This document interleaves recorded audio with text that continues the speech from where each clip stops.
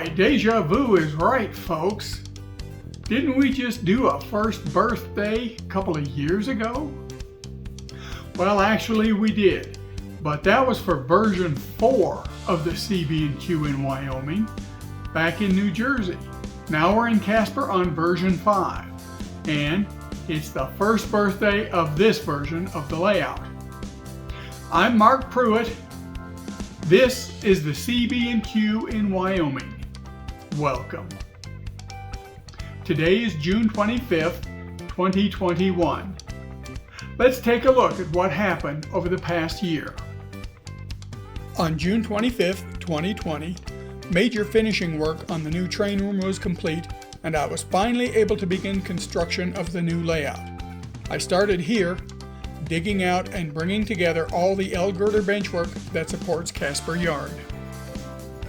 Over the next few days, I changed the height of the legs for Casper and added casters so I could roll it around. Then I began attaching the L-girders. In very short order, I had all the Casper supports reassembled and Casper Yard placed on top. At each of the 2 splits where the yard came apart, I would need to splice in the track elements I had removed or make new splice pieces. As of July 2nd, just 1 week after starting the assembly, the yard looked like this. The first job I tackled was installing a new track power bus. I built a spot for the control system to reside using scrap 2x6 lumber left over from the room renovation. No way was I going to leave the system sitting on a paint can the way I had in New Jersey. Then I started splicing the tracks back together at the brakes. This is the main line next to the classification tracks. That went very quickly until I ran out of rail joiners. Everything stopped for 2 weeks until I got more in the mail. Those arrived near the end of July, and I quickly finished installing the splices. I needed to build some turnouts, so I set up my workbench and got started. I built a couple of left-hand turnouts to begin work on the icing platform tracks. It's now early August, about 5.5 weeks from the start of reassembly. Since I was in a turnout building mode anyway, I built a couple more for some of the new Casper industries. In mid-August, I shifted gears and began working on the section of the layout that would be mounted on the wall above Casper.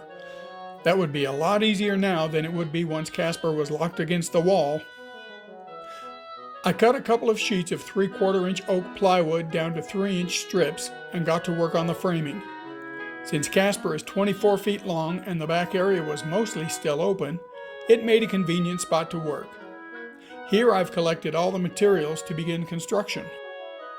Detailed benchwork plans were drawn up for this area. Since the back is attached directly to the wall, I couldn't wing it like I usually do. Construction of this 5-inch wide frame went quickly, and in a couple of days I had the first piece of it mounted to the wall. The second section followed the next day. By the 19th, I had the top of the frame in place, and a few days later had a section of skyboard in place to check the proportions. Once the height of the skyboard was set, I installed mounting rails for it and began permanent installation. The skyboard crosses a couple of windows, which could have caused a problem with the bright outside light bleeding through the styrene skyboard. To avoid that, I put a sheet of aluminum foil across the window behind it.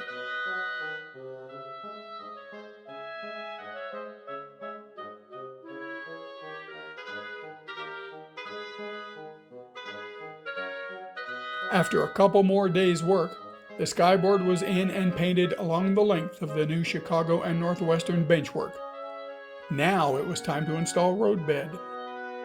I wanted the undulating appearance of a marginally maintained line, so I glued down sheets of styrene of varying thicknesses to go under the roadbed. This was followed by the roadbed itself, then track. By the end of August, I had the bus lines and feeders installed. During most of September, I was back in New Jersey helping a friend who had a medical issue, so work on the layout stopped for about 3 weeks. Once I was back though, I continued with the CNW line around the left wall where it would lead to Hudson, Wyoming. Here's the detailed plan for that framework, which, like the section behind Casper, would be supported only by the walls. Construction of this framework consumed the last few days of September. We're now a bit over 3 months into the build of the layout. Early October saw the extension of the skyboard, roadbed, and track into this new area. By October 11th, track was laid into Hudson itself, and a temporary backdrop was attached to the skyboard. The temporary backdrop provided proof that the panoramic photo I'd taken of the area near Hudson would work, but a better quality print was needed for the final product. I took the backdrop file to a local printer, and the next day was rewarded with this high-quality print. I now had about 36 feet of backdrop to cut out and install. And once installed, I made this short video clip of a train leaving Hudson bound for Casper.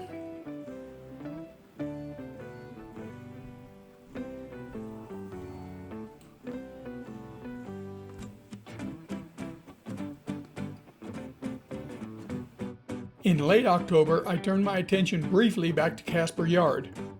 The Caboose Industries ground throws I was using for my turnouts worked okay, but I really prefer what some refer to as finger flick turnout points, where one simply pushes the points to the desired route and they're held in place by an over-center spring. After reading a how-to blurb about building them, I decided that was the way I wanted to go, and I started replacing the ground throws with the over-center springs in Casper. Then it was back to work on the CNW, this time installing fascia. First I mounted the fascia all along the completed benchwork. Then I took it all down and painted it.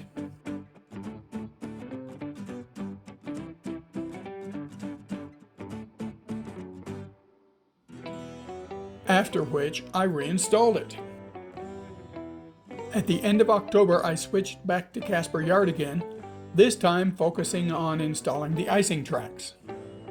Every reefer I owned at the time is on these 2 tracks. I would need to build a lot more reefers. Early November saw me begin to add 3-dimensional scenery to the CNW behind Casper. First, of course, came the preparations: wax paper over the new backdrop, and tape on the track to protect everything from the mess that was to come.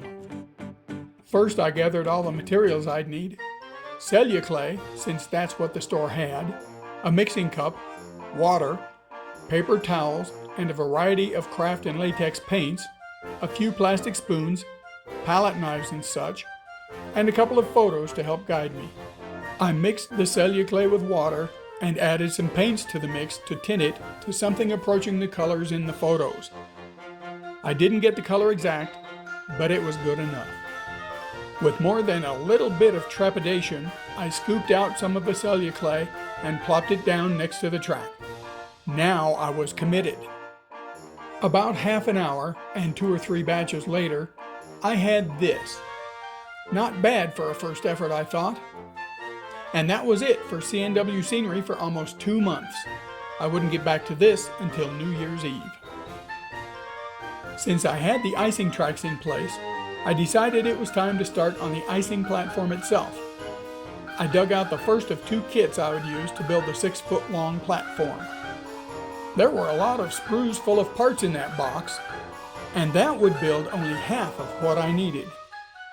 Platform construction began on November 12th.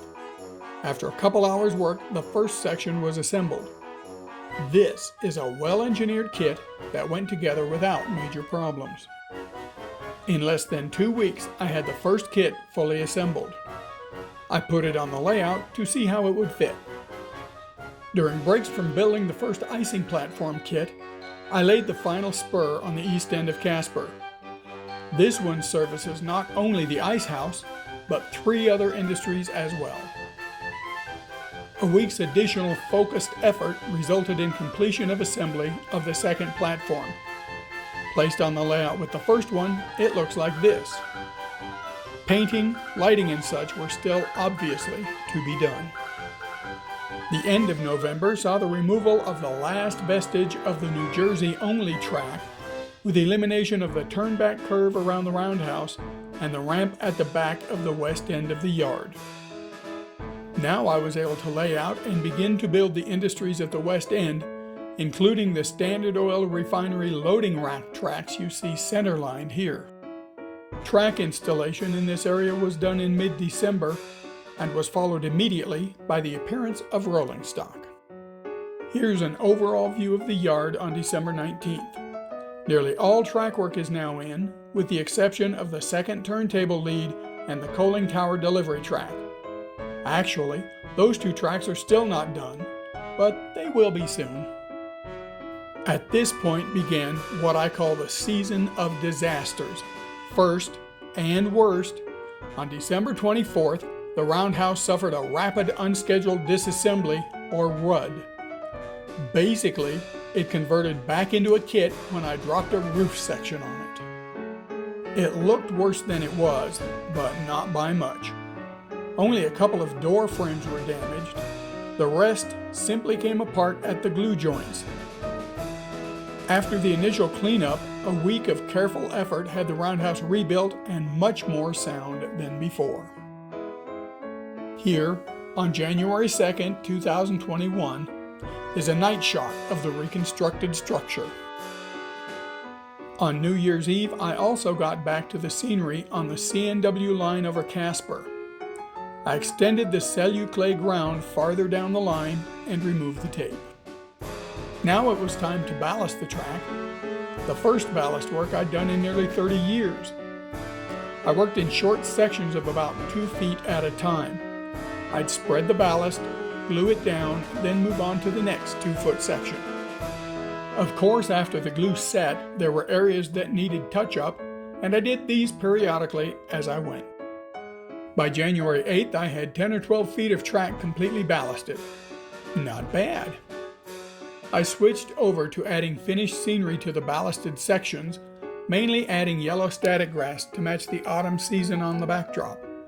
I was really pleased with the results, especially since it was my first effort with static grass. I got better as I went. Of course, I recorded a short video clip of a train moving through the now finished small section of scenery.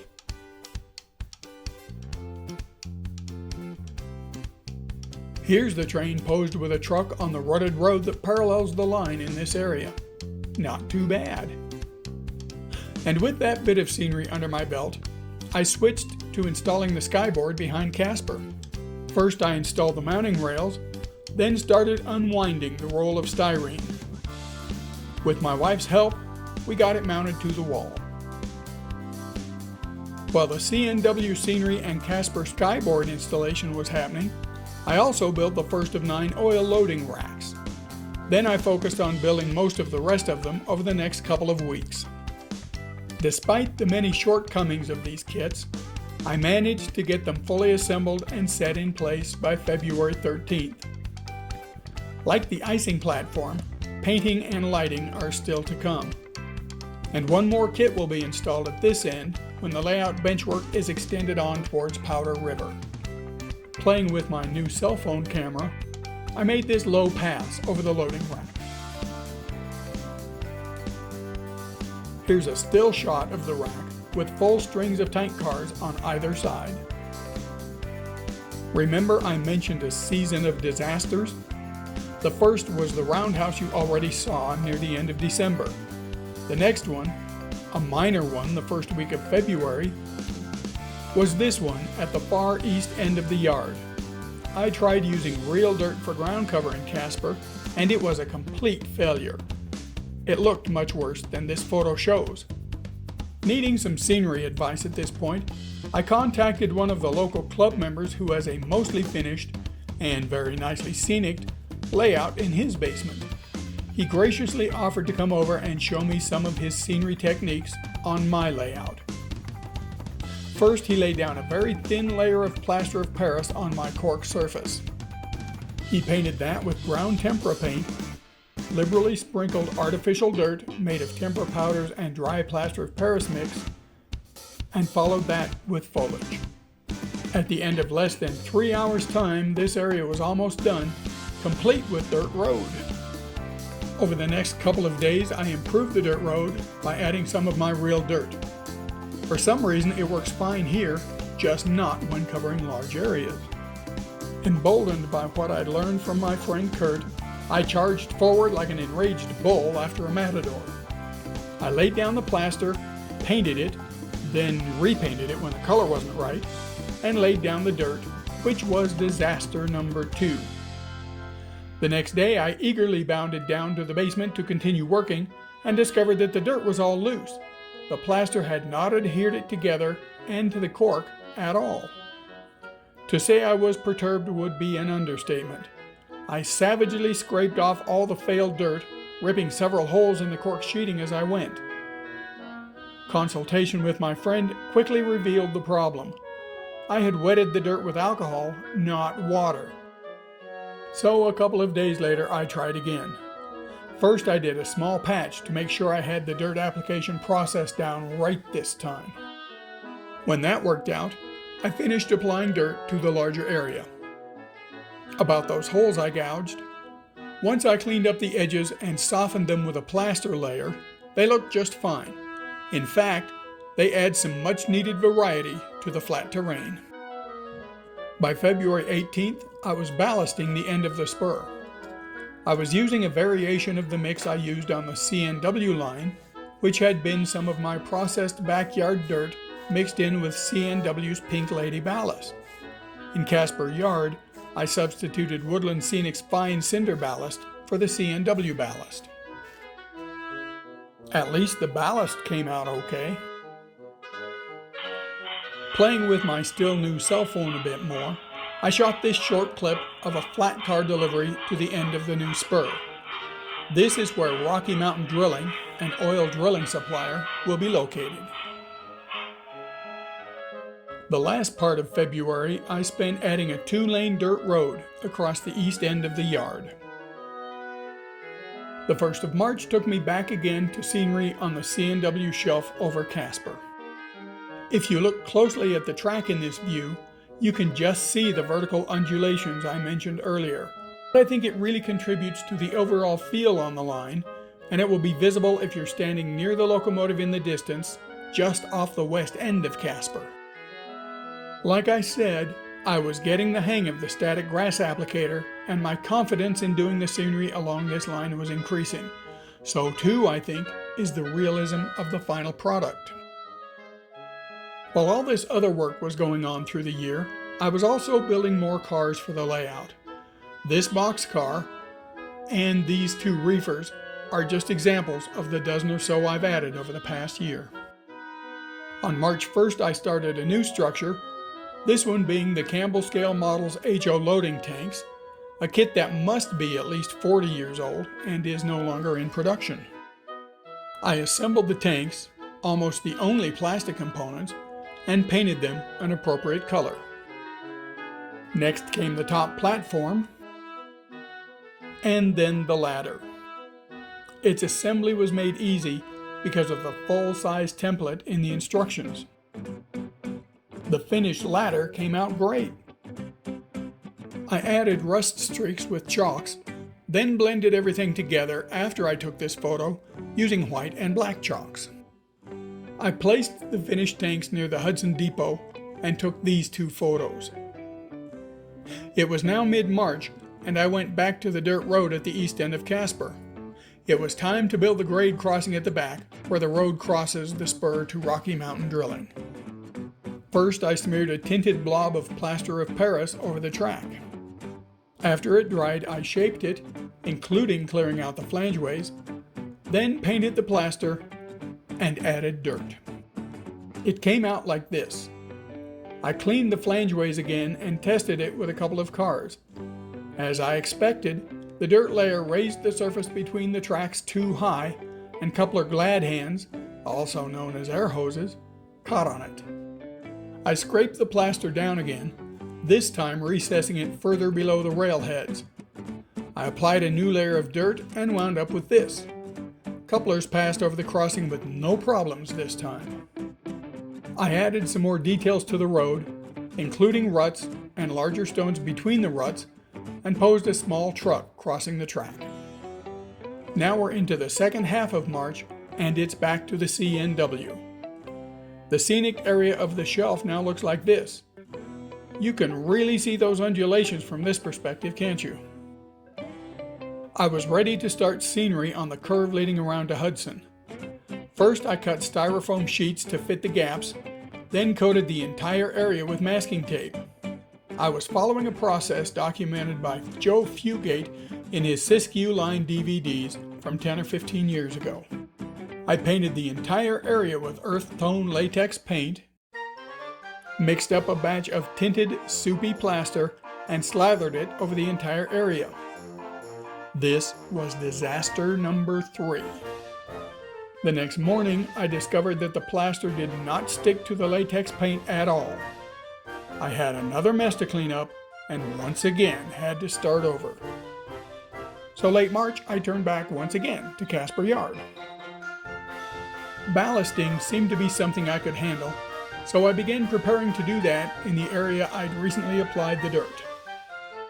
First, I removed the tape on the tracks, then I cleaned away any plaster that had oozed between the tie-ins and touched up the plaster with tempera paint mixed into a thin stain. I still had all that ballast between the rails from several years ago in New Jersey. That had to go.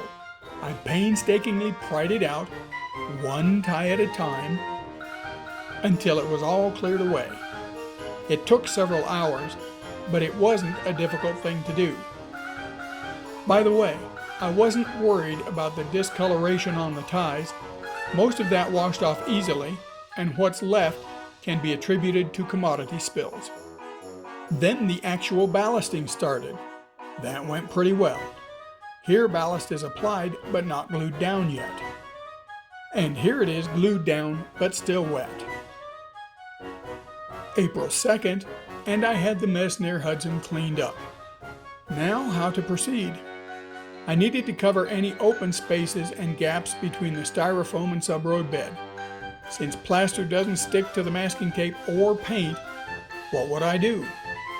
A bit of off-layout experimentation showed me that the plaster would stick to the styrofoam if the surface were roughened up first, so I did that. I had some paper drywall seam tape left over from finishing the train room, and that proved to be the ideal gap cover. I simply glued it in place using carpenter's glue, and I was ready to try another layer of plaster. April 6th, I started applying a new layer of plaster, and after that proved successful on a small spot, I went ahead and covered the entire area around to the edge of Hudson. That was followed up by dirt, and in early May, I ballasted the track. In early April, I also started another new structure, this one from Model Hobbies, their HO feed mill. This is another kit that's old and long out of production. This one is from either the 1950s or 1960s. I painted the walls and window and door castings white and set about assembling everything. The assembly went very smoothly. By late April, I was attaching the roof. This building will be the offices of Rocky Mountain Drilling on the layout. I set it in place temporarily for this shot. Further work is mostly on hold until I get the lighting worked out. Late April saw the next section of tracks in Casper Yard ballasted. The 1st of May, I spray painted the newer tracks at the east end of Casper and all the splices I'd installed when the yard was first reassembled. Using spray paint is a lot easier than hand painting the rails, and it also does the ties at the same time. Taping, plastering, and dirting the next section was accomplished. After removing the tape and cleaning up the debris, I started ballasting again. Seems like this will never end. By May 24th, the new section was ballasted. Then I went back and ballasted the main line in the area. The mainline ballast came from a company called the Q Connection. The ballast is a close match to the ballast that Burlington used on its main lines across the Midwest. At this point, I repopulated the classification and icing tracks with rolling stock. I had to. Everything had been stuffed into the west end of Casper, and now I needed to start ballasting the tracks there. Now it was the yard throats and runaround tracks' turn to be taped up, plastered, and dirted. As of today, the first birthday of version 5 of the Chicago, Burlington, and Quincy Railroad in Wyoming, ballasting is underway in the yard throat. And that's it. Over the past year, we've gone from this to this. All in all, not a bad year's work, I think. What do you think? Thanks for joining me on this review of the first year of the new Burlington layout. I hope you enjoyed it. I sure hope we don't do another one-year birthday for version 6 of the layout in a couple of years, but only time will tell. Now it's back to the usual monthly updates, plus an occasional episode of Building Casper. Thanks for watching. Stay safe and happy model railroading. See you soon.